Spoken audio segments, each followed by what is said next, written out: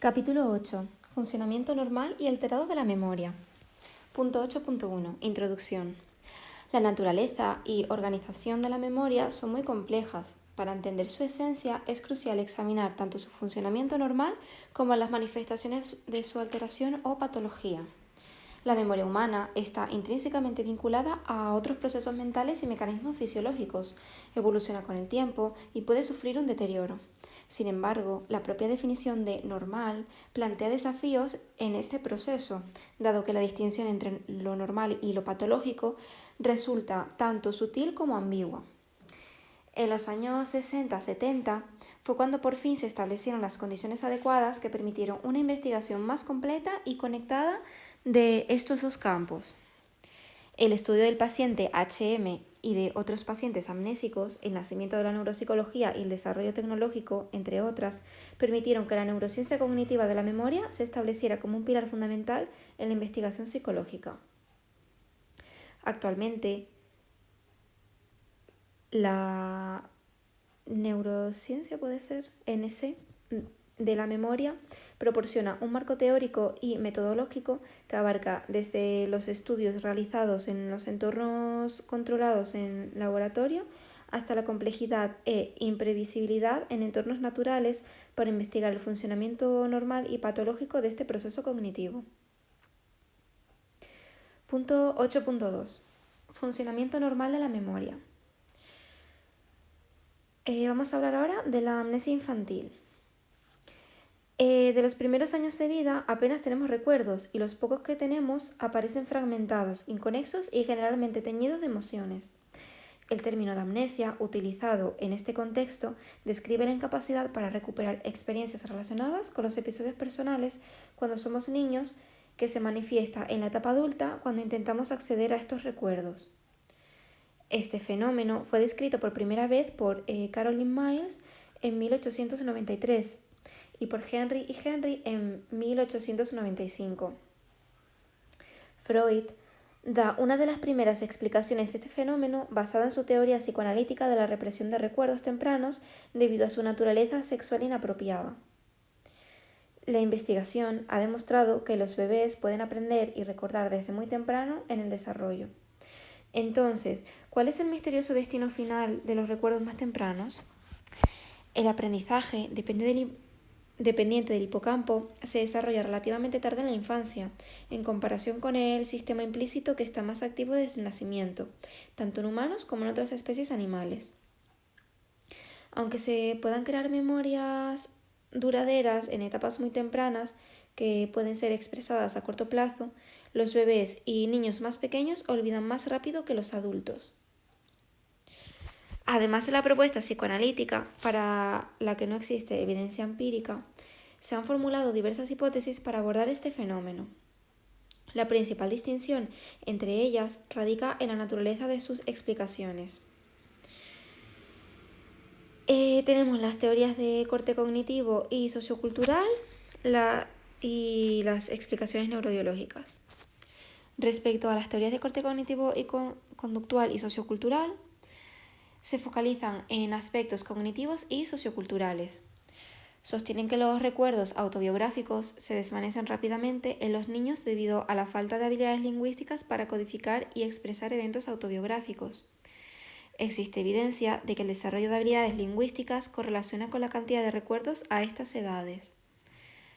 Resaltan la necesidad de que los niños hayan desarrollado una teoría de la mente, así como la importancia de los aspectos socioculturales. Ninguna de estas explicaciones puede dar cuenta del olvido de estas primeras etapas observado en animales. Segundo, explicaciones neurobiológicas. Encuentran un apoyo importante en la investigación con animales. En términos generales, los niños aprenden bien y el problema estaría más relacionado con la consolidación y o recuperación de los recuerdos episódicos. La hipótesis del desarrollo argumenta que los recuerdos se pierden. La inmadurez del hipocampo y las regiones cerebrales involucradas en la consolidación limitarían el almacenamiento de recuerdos contextuales y episódicos. La corteza prefrontal, CPF, también maduraría lentamente, afectando la organización de los recuerdos. Junto al retraso en el desarrollo del hipocampo y CPF, la neurogénesis acelerada en el hipocampo podría contribuir a desestabilizar las representaciones de memoria. En contraste, las hipótesis de la recuperación plantean que el problema está en la recuperación y que los recuerdos infantiles no desaparecen, sino que se almacenan de alguna forma que no puede ser expresada debido a un fallo en la recuperación. Según ambas hipótesis neurobiológicas, la consolidación y expresión de recuerdos episódicos podrían depender de la relevancia de la experiencia y de un estado de alerta interno. Estudios recientes sugieren que la amnesia infantil podría estar involucrada a dificultades en el proceso de recuperación, idea que respaldan hallazgos que muestran la reactivación de memorias tempranas en situaciones específicas de estimulación, sobre todo en el recuerdo temprano de experiencias emocionalmente intensas.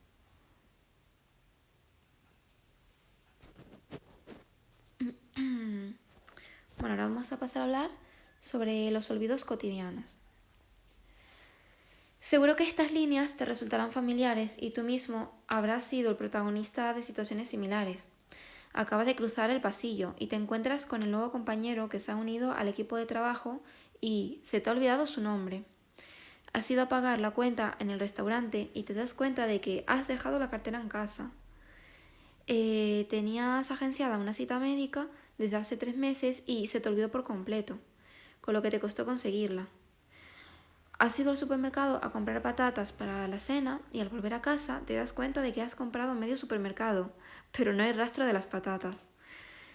Y si no te resulta ninguno de estos ejemplos familiares, es probable que en algún momento de tu vida hayas olvidado una de las numerosas contraseñas que tienes. Los olvidos cotidianos son uno de los fenómenos más comunes en el funcionamiento de la memoria y ocurren a lo largo de toda la vida, aunque adquieren una importancia particular en la tercera edad. Sin embargo, también se pueden observar en grupos de menor edad. Los olvidos cotidianos pueden ser retrospectivos o prospectivos, siendo estos últimos los más frecuentemente informados. Nietzbioska y colaboradores registraron los fallos de memoria más recientes en 3 grupos de diferentes edades, de 19 a 30, entre 35 y 55, y el tercer grupo sería de 61 a 80. A través de diarios durante 7 días en función de la gravedad y las consecuencias. Los olvidos fueron codificados en diferentes categorías: olvidos por fallos en la memoria retrospectiva, olvidos por lapsus en la memoria prospectiva y olvidos debido a distracciones.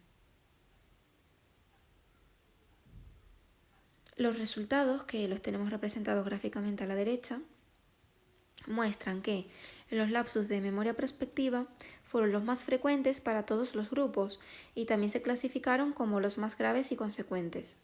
Los más jóvenes fueron los que más fallos prospectivos tuvieron en comparación con los 2 grupos más mayores, que no difirieron entre sí. La evaluación de la memoria prospectiva en este estudio se realizó en un contexto cotidiano, donde ya sabemos que los mayores suelen tener un mejor rendimiento que los jóvenes. No hubo diferencias entre los grupos con relación a los fallos retrospectivos y distracción. Pero, ¿de dónde vienen todos estos olvidos cotidianos? Todos tendemos a atribuir ciertas causas a estos deslices.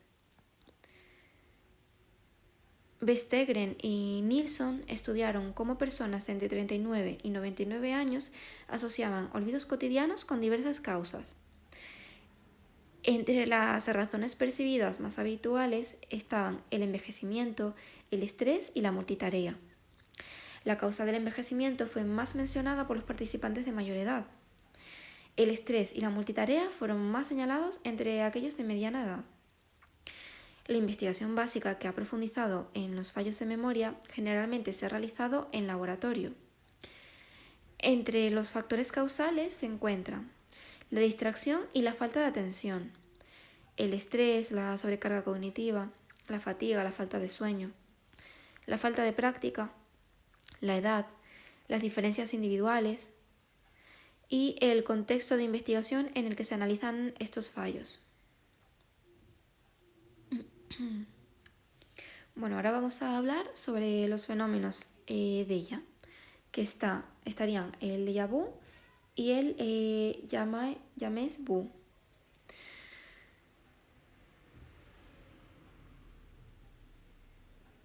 Bueno, aquí tenemos un recuadro, el 8.1, sobre preguntas sobre los fenómenos déjà vu.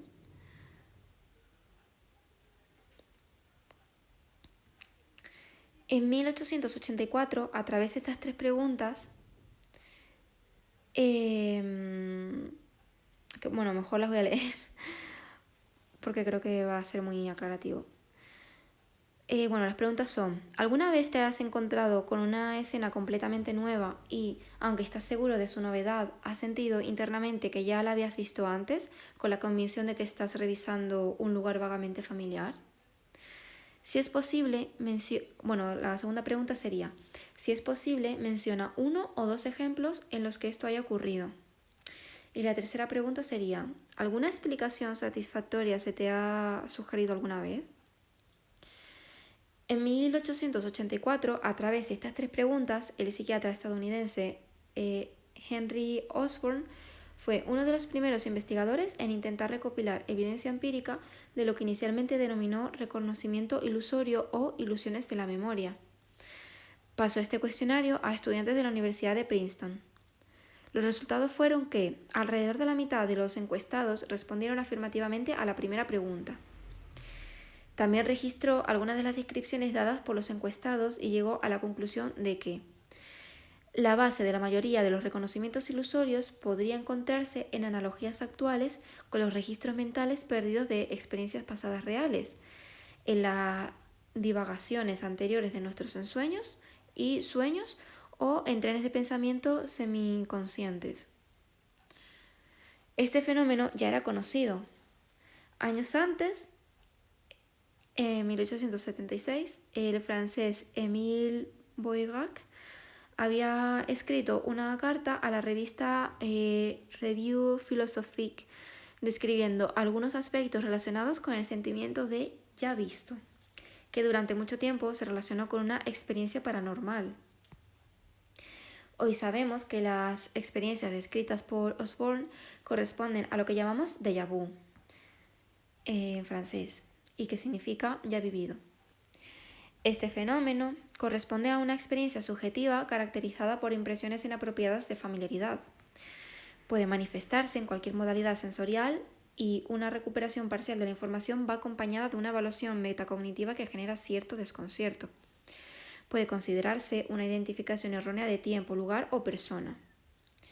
Aunque se asume que la mayoría de las personas han tenido experiencias de déjà vu en algún momento de sus vidas, lo cierto es que en determinadas patologías estas experiencias son más frecuentes que la población normal. Por ejemplo, el déjà vu es sintomático de la epilepsia del lóbulo temporal y de algunos estados psicóticos. En este contexto, los fenómenos déjà vu y jamais vu se engloban en lo que se denominan paramnesias, que son distorsiones o fallos de la memoria que pueden manifestarse en personas sanas o tener una naturaleza patológica. Afectan al reconocimiento, a diferencia de las falsas memorias, que se consideran paramnesias del recuerdo. Esta experiencia ha sido examinada a través de diferentes fuentes, encuestas y estudios de caso. Las cifras de prevalencia varían mucho en los diferentes estudios, pero parece que aproximadamente el 60% de la población ha experimentado déjà vu alguna vez en su vida y que su frecuencia disminuye con la edad. Algunos estudios lo han relacionado con factores como la fatiga o el estrés. La experiencia de déjà vu puede ser inducida mediante hipnosis o estimulación eléctrica de lóbulos temporales. Y aquí tenemos la figura 8.2 sobre datos de frecuencia del déjà vu, en el que se estudian las distintas situaciones asociadas al déjà vu.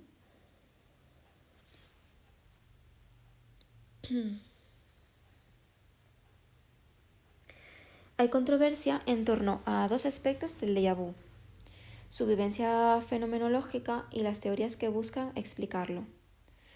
Uno de los investigadores que más ha analizado este fenómeno ha sido el Dr. Vernon MNP, el cual ha encontrado una amplia gama de ideas relacionadas con estas experiencias. De sus investigaciones podemos deducir que el déjà vu no es un fenómeno único.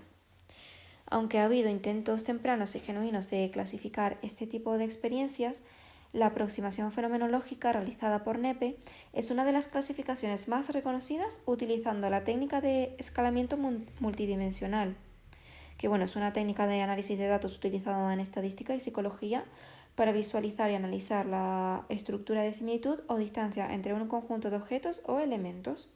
Y la psicología lo utiliza principalmente para analizar las relaciones entre conceptos o actitudes. Entonces sostiene la existencia de 4 tipos fenomenológicamente distintos de déjà vu con bases etiológicas distintas que representan a 4 poblaciones diferentes. Estaría el déjà vu con experiencias paranormales subjetivas, que ocurre en personas normales con experiencias subjetivas paranormales.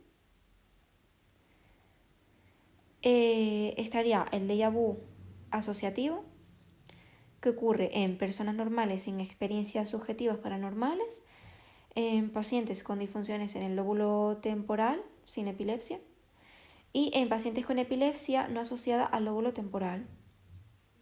Luego estaría el déjà vu del lóbulo temporal medio, que ocurre en pacientes con epilepsia en el lóbulo temporal, y el déjà vu psicótico en pacientes con esquizofrenia.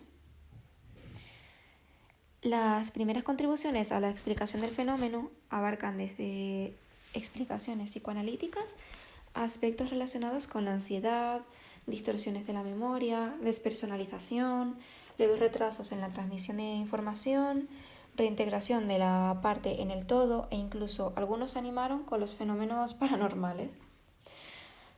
Desde un punto de vista exclusivamente científico se han propuesto diferentes aproximaciones. Brown ha agrupado todas estas aproximaciones en 4 categorías. La primera sería procesamiento dual, 2 procesos cognitivos o aspectos de la cognición momentáneamente desincronizados. El segundo sería neurológico, convulsiones, interrupción en la transmisión neural. Tercero sería memoria, que afectaría a la familiaridad implícita de estímulos no reconocidos. Y la cuarta sería atención, que es sobre la percepción no atendida, seguida de la percepción atendida. El déjà vu asociativo es el más frecuente, 2 de cada 3 personas. Algunas de las teorías más comunes para explicarlo, sería la teoría de la atención dividida, el modelo de Kusumi, el modelo holográfico, el modelo de retraso infinitesimal.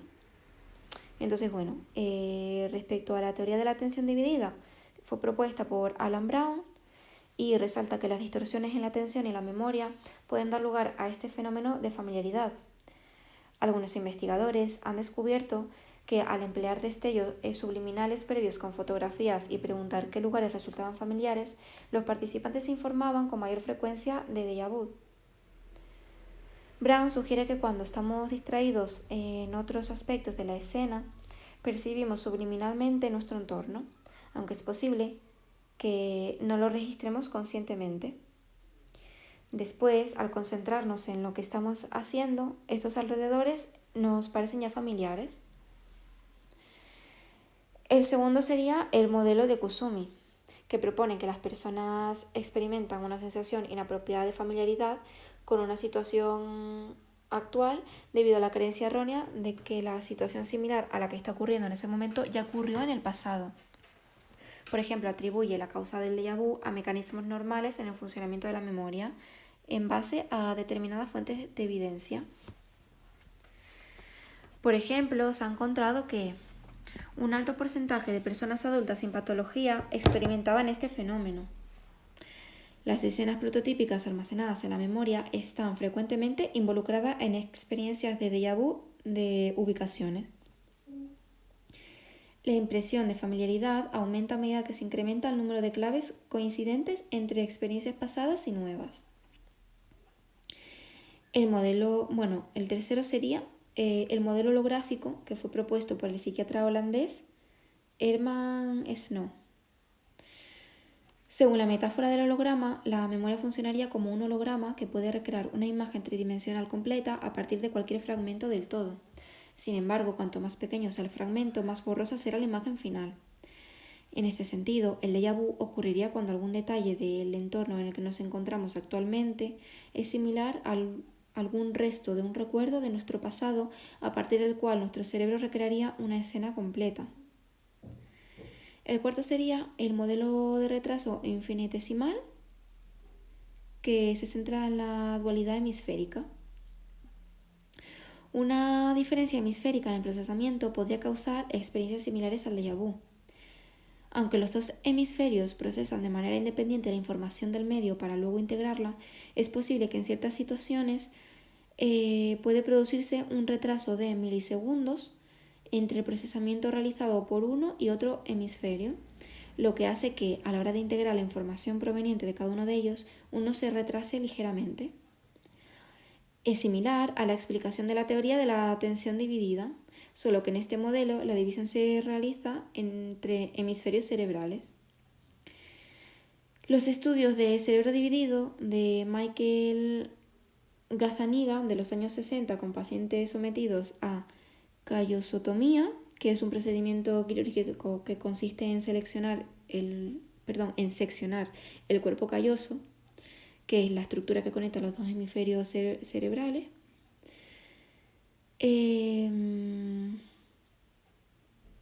Bueno, pues eso, que a estos pacientes pues se les realizó esta callosotomía, que representa un ejemplo extremo de este modelo, ¿no? Estos estudios.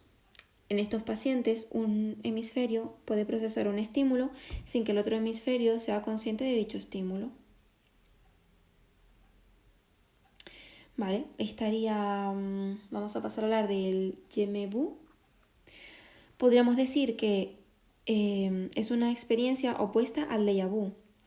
En este caso, la persona no reconoce algo que sabe que debería reconocer y subjetivamente así lo experiencia.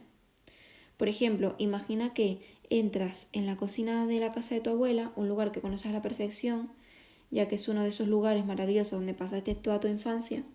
Sin embargo, por un instante parece desconocido, como si lo estuvieras viviendo por primera vez, aunque sabes que deberías reconocerlo, pero esto no ocurre. La incidencia del jamais vu es mucho menor que la del déjà vu entre los estudiantes universitarios, aunque existe una experiencia más común que se asemeja a las sensaciones subjetivas del jamais vu y se conoce como ceguera para las palabras. Una palabra que es familiar para la persona de repente parece irreconocible, como si fuera una palabra que no existe por un tiempo breve. Una encuesta entre estudiantes universitarios en Dallas reveló que un 60% de los estudiantes habían experimentado en alguna ocasión esta ceguera. También se ha relacionado con la saturación semántica, donde el significado de una palabra se disuelve después de repeticiones orales o pronunciaciones repetidas. El jamais vu, brevemente mencionado por Jacobi y Whitehouse a finales de los años 80, investigaron cómo la presentación de una palabra igual o diferente a la palabra objetivo afectaba la percepción de la familiaridad de la palabra objetivo. En un primer experimento, cuando presentaban brevemente un estímulo idéntico a la palabra objetivo, justo antes de este, se incrementaba la percepción de familiaridad de la palabra objetivo. Cuando lo que se presentaba era una palabra diferente a la palabra objetivo, la probabilidad de una falsa alarma con el estímulo objetivo disminuía en comparación con la condición control. Interpretaron que un estímulo diferente al estímulo objetivo produce una interferencia contextual que reduce el procesamiento de la palabra objetivo, y esto lleva a la persona a una sensación de falta de familiaridad o extrañeza. En un segundo experimento, el efecto desapareció. El déjà vu y el jamais vu se incrementan de manera importante en síndromes como la epilepsia del lóbulo temporal, donde las convulsiones a menudo se inician como un aura que puede incluir olores, miedo, déjà vu o jamais vu. Se han propuesto numerosas teorías para explicarlos, pero parece que hoy en día ninguna de ellas por sí sola es capaz de explicar estos sentimientos metacognitivos asociados a la familiaridad y reconocimiento de nuestros recuerdos.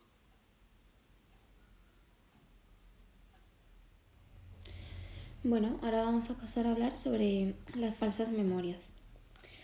Ulrich Neisser comparó el proceso de recordar y reconstruir una memoria con el trabajo de un paleontólogo que ensambla un dinosaurio utilizando fragmentos de hueso como fuentes de información.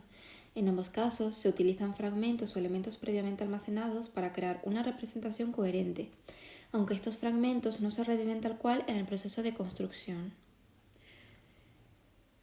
Frederick Bartlett enfatizó que la memoria es un proceso activo y constructivo, donde las personas no solo recuperan información, sino que también la reinterpretan y reconstruyen en función de los conocimientos previos, las creencias y las experiencias que tenemos. Su trabajo pionero en la reconstrucción de la memoria y la distorsión ha tenido un impacto duradero en la comprensión de cómo recordamos y cómo los factores psicológicos pueden influir en nuestras memorias, y sobre todo en la investigación de lo que conocemos como falsas memorias. El hecho de que la memoria sea reconstructiva es fundamental para entender el fenómeno de las falsas memorias. Definición de las falsas memorias, FM. Las falsas memorias pueden definirse como recuerdos o reconocimientos que nos ajustan a eventos o experiencias reales, ya sea porque nunca ocurrieron o porque ocurrieron de manera diferente. A menudo, estas memorias erróneas o ilusiones de memoria son tan vívidas y persuasivas que las personas las aceptan como verdaderas, a pesar de su falta de correspondencia con la realidad. El interés por el estudio de las falsas memorias se remonta a los años 90, a raíz de determinados eventos que ocurrieron en Estados Unidos. Primero, el caso de George Franklin, que acusaron de asesinar a Susan Nason en 1969, basándose en el testimonio de su hija, Aileen Franklin, quien declaró haber presenciado el asesinato cuando era solo una niña. Aileen Franklin afirmó haber recuperado recuerdos reprimidos del asesinato durante una terapia 21 años después de los hechos, lo que llevó a la condena de su padre. En 1996 surgieron dudas sobre la validez de estos recuerdos recuperados como evidencia, y George Franklin fue absuelto.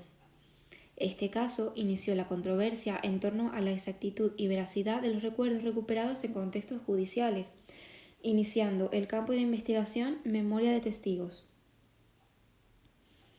Y segundo, la proliferación de demandas judiciales en esos años relacionadas con denuncias de abusos sexuales que supuestamente habían sido recuperados a través de ciertos tipos de psicoterapia. Muchas personas afirmaron haber recuperado recuerdos reprimidos de abuso sexual infantil durante estas terapias, lo que conllevó un aumento de los casos judiciales relacionados con abusos sexuales, en los que se utilizaban como evidencia los recuerdos recuperados. Las preocupaciones sobre la validez de estos recuerdos generaron un debate social y científico muy significativo sobre la precisión de los recuerdos recuperados y su uso en procedimientos legales. En respuesta a estas preocupaciones, hubo un aumento en la investigación sobre falsos recuerdos y la influencia de las técnicas terapéuticas en la formación de estos recuerdos. Además, se promulgaron regulaciones y directrices éticas para los profesionales de la salud mental para evitar la implantación de falsos recuerdos y garantizar una práctica terapéutica ética y basada en la evidencia.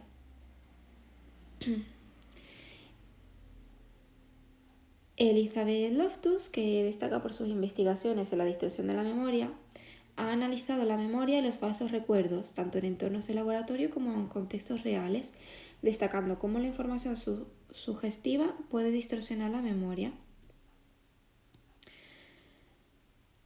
Su trabajo ha tenido un gran impacto en la psicología forense. Ha generado debates éticos sobre la fiabilidad de la memoria en contextos judiciales. Su influyente charlatán, titulada La ficción de la memoria, pues en ella Loftus resalta la naturaleza imprecisa de nuestros recuerdos y cómo la sociedad y el sistema legal deben ser conscientes de esta fragilidad para tomar decisiones informadas y justas. La investigación experimental sobre los falsos recuerdos no comenzó a tomar impulso hasta los años 70, dándose un crecimiento significativo en los años 90. Aunque trabajos sentaron las bases de la investigación actual sobre la memoria y las ilusiones de la memoria, el trabajo innovador de Bartlett en los años 30, que fueron aportaciones al estudio de la memoria relacionadas con los procesos de reconstrucción de los hechos y las principales distorsiones que los participantes cometían utilizando los métodos de reproducción repetida y reproducción serial. Alport y Postman, a finales de los años 50, y sus trabajos sobre el funcionamiento de la memoria, utilizaron el método de Bartlett de reproducción serial en su conocido estudio The Psychology of Rumor, o la psicología del rumor, en el que tenían como objetivo entender cómo se propagan los rumores. En una escena de un metro se representa un vagón de tren con varios personajes. Dos de estos personajes, un hombre de piel blanca y otro de piel oscura, están de pie frente a frente, y el hombre de piel blanca lleva una cuchilla de afeitar en la cintura. Se pidió al primer participante que describiera la escena visualizada y luego transmitiera esta descripción a un segundo participante, quien nunca vio la diapositiva. Este segundo participante hizo lo mismo con un tercero, y así sucesivamente hasta el último participante del estudio. El objetivo era observar cómo recordaban y comunicaban esa historia a medida que se transmitía de una persona a otra, y cómo los detalles y la precisión de la historia se distorsionaba en cada paso. Una de las distorsiones más notables que surgieron en los diferentes grupos de personas fue la creencia errónea de que era el hombre de piel oscura quien llevaba la cuchilla de afeitar. Este hallazgo resalta la influencia de nuestras creencias, prejuicios, estereotipos y expectativas en la reconstrucción de nuestros recuerdos. Las falsas memorias pueden surgir por diversas razones. La influencia de información errónea, sugerencias, interpretaciones subjetivas, distorsiones a lo largo del tiempo y la naturaleza reconstructiva de cómo recordamos. Las personas pueden desarrollar falsas memorias debido a sugerencias, manipulaciones o influencias externas, lo que puede tener implicaciones importantes, como en casos de testimonios erróneos en contextos legales. Estos hallazgos subrayan la importancia de reconocer que la memoria es maleable y que los recuerdos pueden ser susceptibles a distorsiones y errores. Clásicamente se han distinguido entre falsas memorias espontáneas e implantadas. Las falsas memorias implantadas se originan a partir de influencias externas. Las falsas memorias espontáneas se ven afectadas por procesos internos propios de la memoria, como las inferencias. ¿Podemos distinguir una falsa memoria de una memoria verdadera, MV? Al menos a nivel fenomenológico, ambos tipos de recuerdos son bastante semejantes. El grado de confianza que solemos atribuir a uno u otro tipo de recuerdos es similar. Los juicios de recordar, saber, son equivalentes para las memorias verdaderas y las falsas memorias. Después de reconocer una falsa memoria, el participante afirma que tiene una experiencia del episodio y no solo lo sabe. En los diseños experimentales bloqueados se incrementan ambas. En diseños aleatorizados disminuyen ambas. Ambos tipos de memorias son sensibles a los efectos de profundidad del procesamiento y al efecto test. Es decir, el acto de recordar o reconocer incrementa el recuerdo y el reconocimiento de falsas memorias y memorias verdaderas. También podemos encontrar algunas diferencias. El intervalo de retención es más perjudicial para las memorias verdaderas que para las falsas memorias. Conforme se incrementa este intervalo, las memorias verdaderas disminuyen y las falsas memorias se incrementan. La cantidad de detalles sobre el estímulo incrementa las memorias verdaderas y disminuye las falsas memorias. La modalidad visual reduce las falsas memorias y los efectos de manipulación atencional. Parecen incrementar las falsas memorias y disminuir las memorias verdaderas. Existe cierta evidencia neurocientífica para distinguir las memorias verdaderas y las falsas memorias.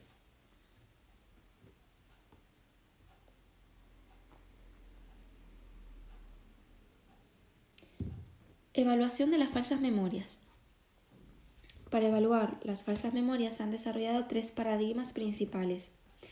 El paradigma DRM, el paradigma de la desinformación o información errónea y la implantación de recuerdos falsos. El paradigma DRM es una de las herramientas pioneras utilizada en la investigación de las falsas memorias en laboratorio, desarrollado por los psicólogos James Dice, Henry Rediker y Kathleen McDermott. Se utiliza para introducir y estudiar las falsas memorias en un entorno controlado de laboratorio. Se basa en la creación de falsos recuerdos al presentar a los participantes listas de palabras relacionadas semánticamente, pero sin incluir una palabra crítica, clave o señuelo, que se relacione con todas las demás. Y bueno, aquí tenemos recuadro 8.3 sobre las diferentes fases del paradigma DRM.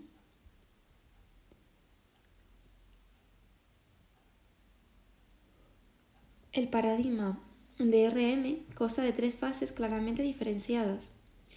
Fase 1. Los participantes estudian listas de palabras relacionadas correspondientes a diferentes categorías semánticas, pero las palabras que están arriba no se presentan. En la fase 2, los participantes realizan una tarea distractora. Por ejemplo, contar el número de ranitas que aparecen en la parte derecha del recuadro 8.3. Fase 3. Los participantes completan una tarea de reconocimiento en la que se le presentan 8 palabras críticas no presentadas en la fase 1, entremezcladas con un conjunto de palabras previamente estudiadas pertenecientes a las listas, y otro conjunto de palabras totalmente nuevas, es decir, diferentes a las palabras clave no presentadas y a las palabras estudiadas. Como puede verse en la gráfica, las palabras clave críticas se aceptan en mayor grado que las palabras nuevas, aunque ninguna de ellas fue estudiada en la primera fase. En el procedimiento original, los participantes escuchaban las palabras de cada lista e inmediatamente después anotaban las palabras que recordaban. Así hicieron con todas las listas, unas tras otras.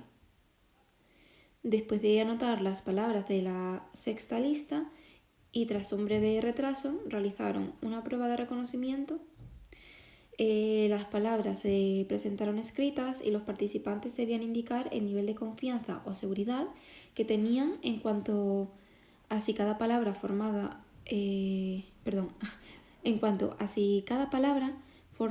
parte de la lista que habían estudiado.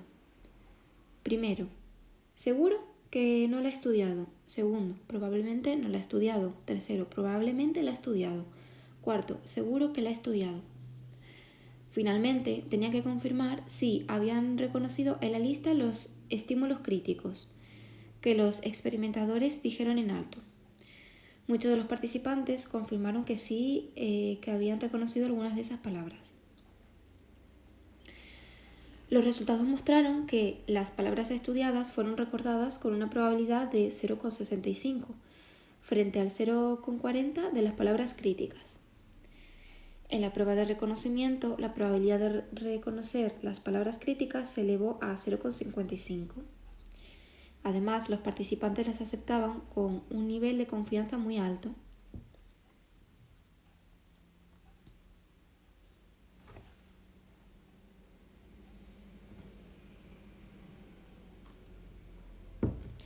Pasamos al paradigma de la desinformación o información errónea de Elizabeth Loftus y colaboradores en los años 70. Se basa en la idea de que la información incorrecta, sugerente o la desinformación presentada después de un evento puede influir en la precisión de los recuerdos de ese evento. Se centra en la memoria de detalles sobre un determinado evento. El paradigma consta de 3 fases. Primero, los participantes presencian un determinado suceso. Segundo, después son expuestos a información incorrecta, engañosa o sugerente sobre ese suceso previo. Y tercero, finalmente se les pide que recuerden el evento original o proporcionen detalles sobre él. Los resultados muestran que después de la exposición a un evento, La presentación de información incorrecta, engañosa o sugerente a menudo lleva a que los participantes la incorporen en sus recuerdos y, en consecuencia, produzcan falsos recuerdos que se alinean con la información real. Estos resultados son especialmente relevantes en contextos legales, donde la exposición a la desinformación puede tener graves implicaciones en la precisión de los testimonios. Se ha utilizado en la investigación de la memoria de eventos públicos, donde la desinformación puede difundirse rápidamente a través de medios de comunicación y redes sociales.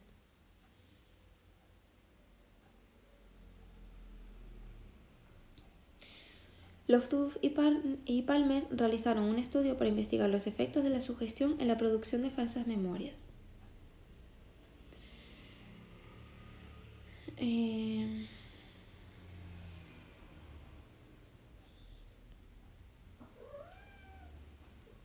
Bueno, pues este estudio era sobre la reconstrucción de un accidente. En el experimento 1, 45 estudiantes universitarios visualizaron 7 clips de 5 a 30 segundos de duración, correspondientes a segmentos de un largometraje de educación vial que representaban accidentes de tráfico. Después de cada clip, los participantes cumplimentaron un cuestionario en el que se les pedía que narraran el accidente que acababan de presenciar y después que respondieran a una serie de preguntas sobre el accidente. La pregunta crítica era aquella que preguntaba al participante sobre la velocidad estimada de los vehículos involucrados en la colisión. Los participantes fueron asignados a 5 grupos en función de la pregunta.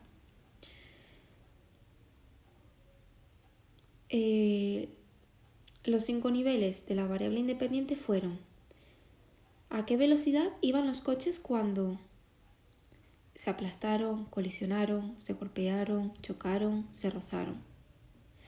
Los resultados se presentan en la tabla 8.1. La variable dependiente utilizada fue la velocidad media estimada por los participantes en función del verbo utilizado en la pregunta del cuestionario. El verbo utilizado para preguntar por la velocidad estimada afectó a la respuesta de los participantes. La velocidad media fue mayor cuando el verbo fue aplastar que cuando fue rozar. En el experimento 2, pues involucraron a una nueva muestra de 150 estudiantes, los cuales visualizaron un clip de 1 minuto de duración que representaba un accidente automovilístico, seguido del cuestionario utilizado en el experimento 1. La novedad en esta segunda investigación radicó en que, una semana después, los estudiantes regresaron al laboratorio para completar otro cuestionario con 10 preguntas relacionadas con el clip que habían visto la semana anterior. De las 10 preguntas que respondieron, la pregunta crítica era si habían visto algún cristal roto en el clip, a lo cual debían responder sí o no. A pesar de que el clip no contenía imágenes de cristales rotos, esta característica se asociaba comúnmente con accidentes que suelen involucrar altas velocidades. Los resultados se presentan en la tabla 8.2, teniendo en cuenta 2 de las 5 condiciones del estudio, así como una condición de control.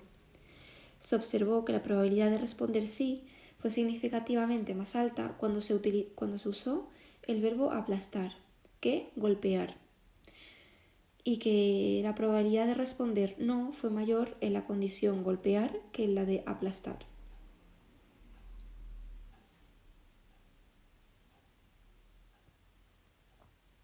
Se ha planteado que la información nueva sugerida modifica la memoria del evento original a través de mecanismos de interferencia retroactiva.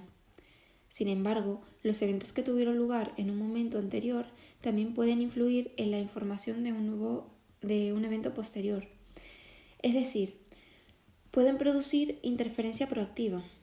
De esta forma, los efectos de interferencia podrían explicar el efecto de sugestión sobre la memoria. El grado de sugestión en las personas puede variar mucho y además el grado en que la sugestión puede influenciar los recuerdos se relaciona con diversos factores. Primero, el intervalo temporal transcurrido entre el evento original y el recuerdo. Un mayor lapso de tiempo se asocia con una mayor susceptibilidad a la sugestión. La exposición repetida a la información errónea tiende a aumentar la distorsión de la memoria. Eso también ocurre con las memorias verdaderas, que se incrementan en función del número de veces que te encuentras con esa información. La autoridad o prestigio de la fuente de información falsa también influye en el nivel de sugestión, siendo más probable que se acepten sugerencias de fuentes con mayor autoridad. La plausibilidad de las sugerencias desempeña un papel importante en su aceptación. Los deseos, la imaginación y los sueños también están en la base de la creación de recuerdos falsos.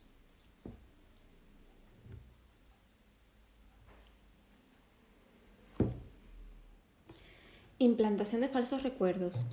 Técnicas sugestivas para implantar el recuerdo de un pseudoevento. Por ejemplo, piensa en aquel día que fuiste al centro comercial con tus amigos y te pusiste enferma. En realidad, ese día no existe. No has ido al centro comercial con tus amigos y te has puesto enferma. A diferencia del paradigma de la desinformación, tiene como objetivo instaurar recuerdos de eventos completos. Para implantar los recuerdos se utilizan técnicas sugestivas como la imaginación guiada, indicaciones o señales, presión por la respuesta o simplemente pedir a la persona que piense en el evento. La implantación de falsos recuerdos ha sido menos utilizada en la investigación que las dos técnicas anteriores, aunque en determinadas circunstancias se asemeja más a situaciones de la vida real. La mayoría de los estudios de implantación de memoria han obtenido falsos recuerdos mediante el uso de narrativas falsas. Por ejemplo, Webb y colaboradores demostraron que se pueden utilizar fotografías manipuladas para crear falsos recuerdos de la infancia en adultos. En su investigación, a la mitad de los participantes se les proporcionó detalles relacionados con la experiencia de dar un paseo en globo aerostático durante su infancia, a pesar de que nunca habían dado un paseo en globo. Los autores comprobaron que algunas de las narrativas falsas sobre el paseo en globo fueron más efectivas que las fotografías falsas para implantar los falsos recuerdos de esa experiencia. Moduladores como la edad, la técnica sugestiva y la carga emocional también fueron relevantes en este contexto. Teorías sobre las falsas memorias.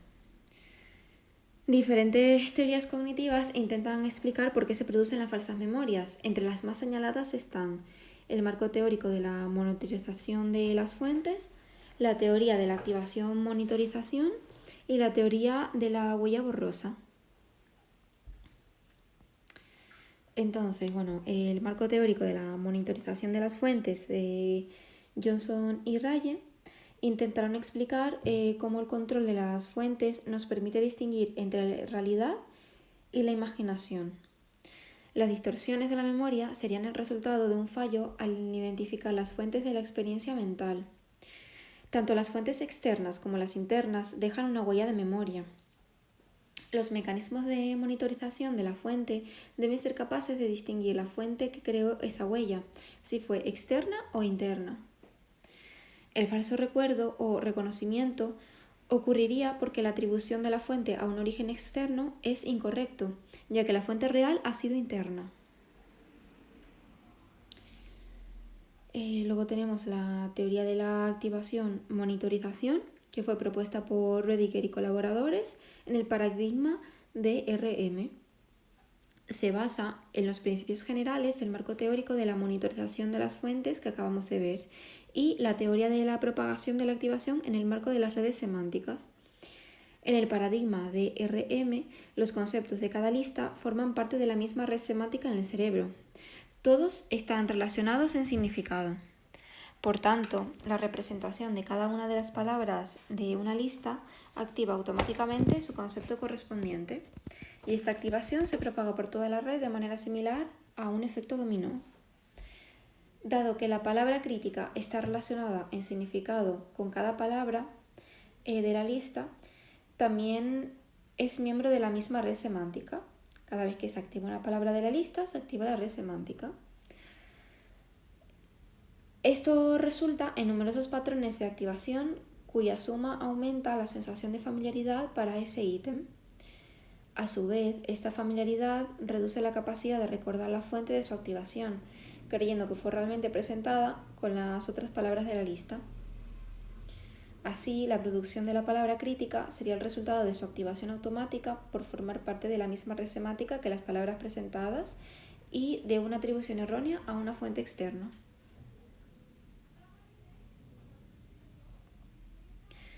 La teoría de la activación-monitorización cuenta con evidencia empírica. Podemos aumentar o disminuir las falsas memorias al aumentar o disminuir la activación de propagación, respectivamente.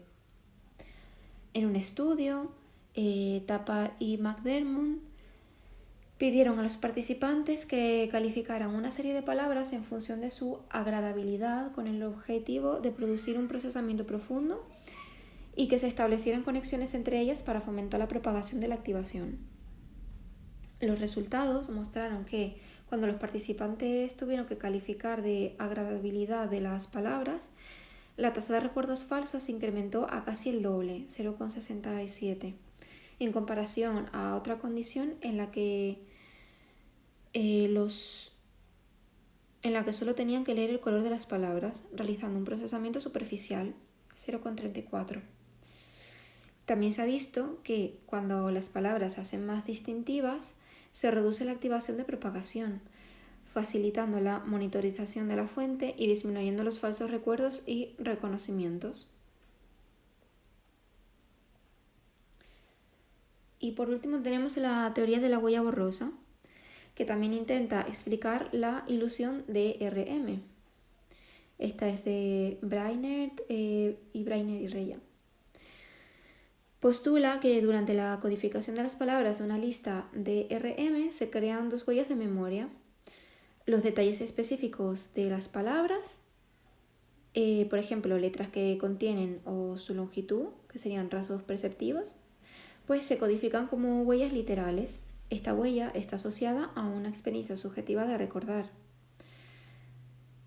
Y la segunda huella de memoria sería el significado o contenido semántico de la lista, que se codifica como una huella de esencia semántica. Se asocia a la experiencia subjetiva de familiaridad. Los falsos recuerdos serían el resultado de la extracción de la huella de esencia durante la codificación. Aunque proporciona una explicación convincente para explicar las falsas memorias, se ha encontrado que no todas las listas de palabras son igual de efectivas para producir falsos recuerdos a pesar de estar construidas de la misma manera. La eficacia de una lista dada depende en parte de la fuerza de las asociaciones entre las palabras. Cuanto más fuertes sean las asociaciones, más probable es que se recuerde falsamente la palabra crítica. Sin embargo, se ha visto que la fuerza asociativa por sí sola no puede explicar completamente la efectividad de una lista determinada. Lo que sí explica mejor esta teoría es por qué a veces, con el paso del tiempo, recordamos mejor las palabras clave no presentadas que las palabras de la lista que sí han sido estudiadas. Según esta teoría, la memoria de la esencia es más estable que la memoria literal. Por lo tanto, predice que la memoria del significado de una lista se conservará bien. Dado que el recuerdo de la clave se basa en la esencia, la ilusión de RM persistirá con el tiempo. La mayoría de los hallazgos de la investigación con el paradigma de RM pueden explicarse mediante una o varias de estas teorías. El procedimiento de RM, además, proporciona una forma de comprender los falsos recuerdos de manera más amplia. Un aspecto importante que se debe señalar es que las personas que son más susceptibles a la ilusión de RM tienen una tendencia general a formar falsos recuerdos con elementos en su día a día.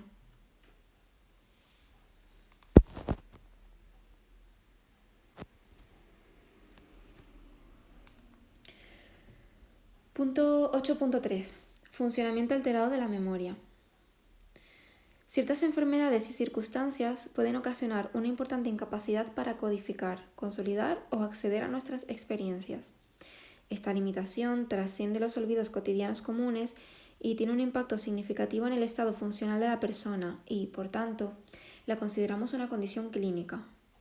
Las patologías nos brindan una información muy valiosa sobre cómo funciona la memoria y su importancia para llevar una vida funcional. La evaluación de los déficits implica cuantificar la pérdida de funciones o habilidades significativas, aunque estos déficits no se presentan en términos absolutos, sino que se distribuyen a lo largo de un continuo. Una adecuada aproximación a los trastornos de la memoria requiere de un enfoque multidisciplinar que permita un análisis más completo de la complejidad y naturaleza e interconectada de los procesos cognitivos, neurológicos y psicológicos involucrados en la memoria y sus trastornos. La amnesia es la forma más grave de deterioro de la memoria. En línea con la idea de que la memoria no es una unidad, sino que está organizada en varios sistemas, la amnesia se describe como una enfermedad multifacética con un pronóstico frecuentemente desfavorable. El término amnesia se define como la pérdida parcial o total de la memoria. Sin embargo, esta no se presenta como un único fenómeno. Sus diversas manifestaciones nos permiten categorizarlas atendiendo a diferentes criterios. Hemos adoptado una clasificación que abarca una amplia variedad de situaciones en las que el funcionamiento de la memoria difiere, en mayor o menor grado, de lo que se considera un funcionamiento normal. Por otra parte, el análisis de individuos que se enfrentan a problemas de memoria es crucial tanto para comprender la magnitud y características de las alteraciones de la memoria, como para saber cómo opera la memoria en condiciones normales.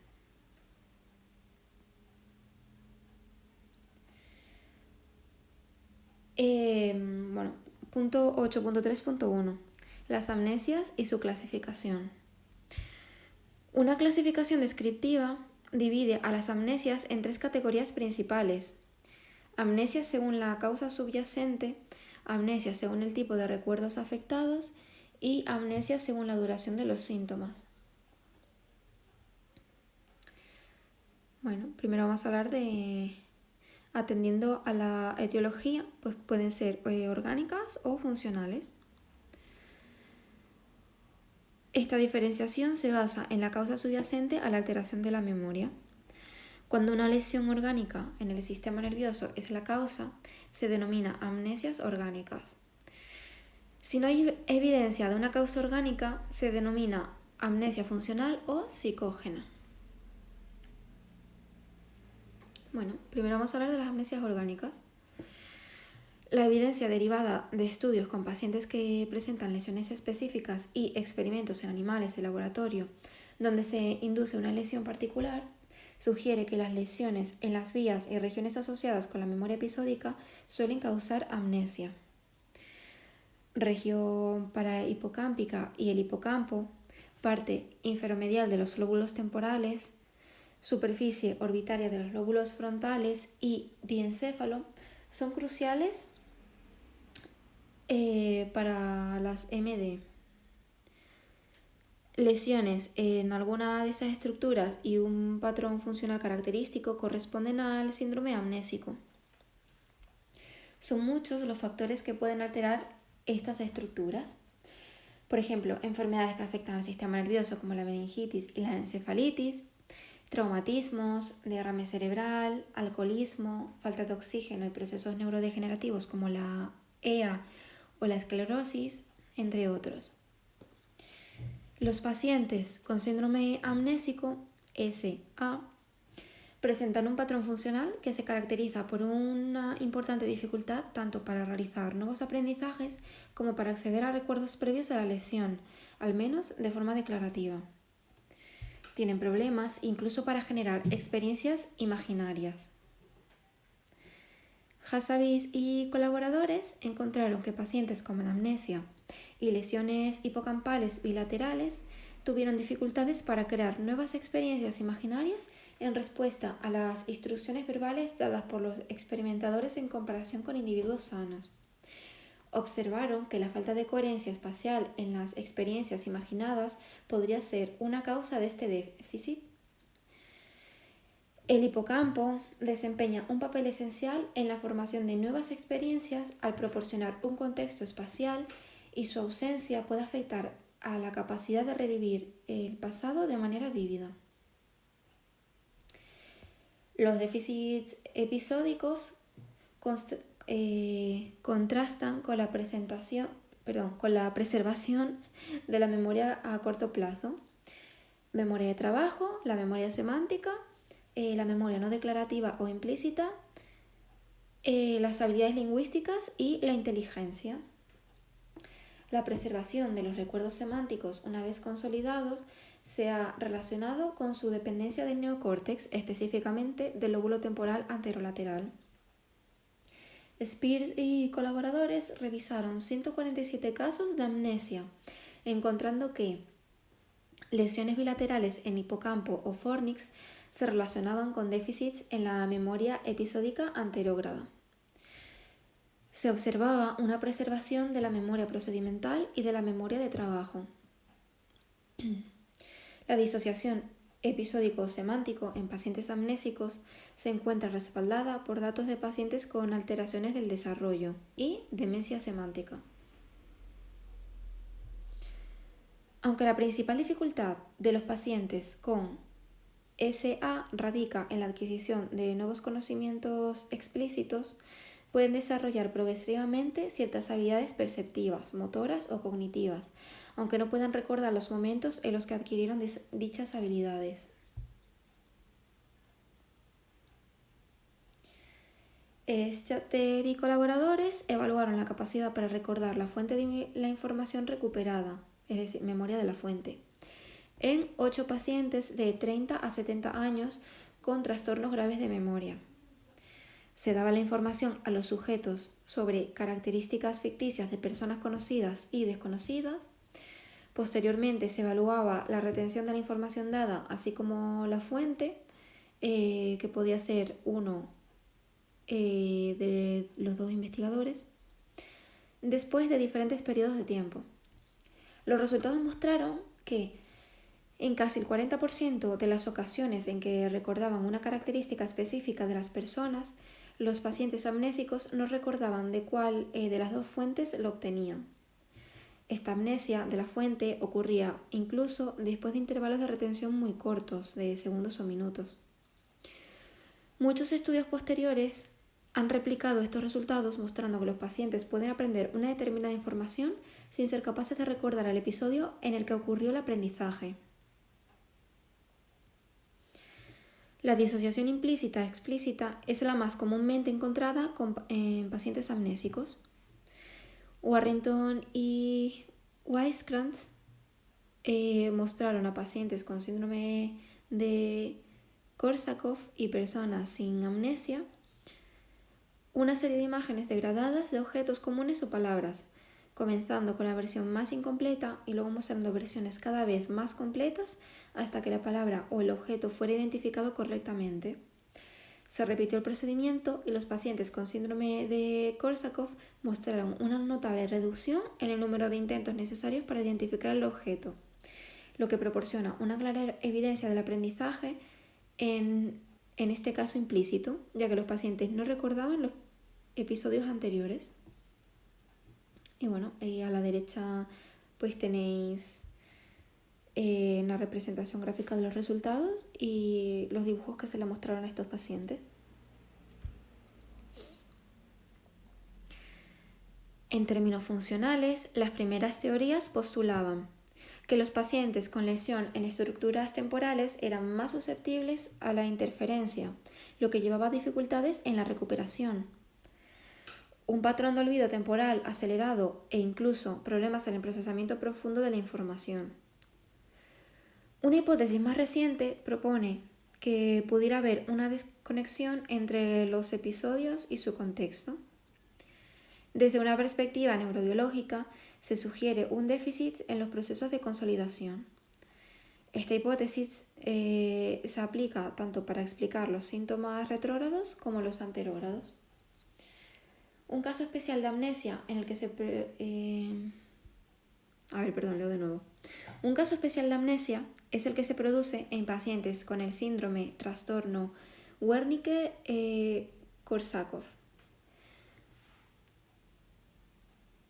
que también se conoce como amnesia diencefálica.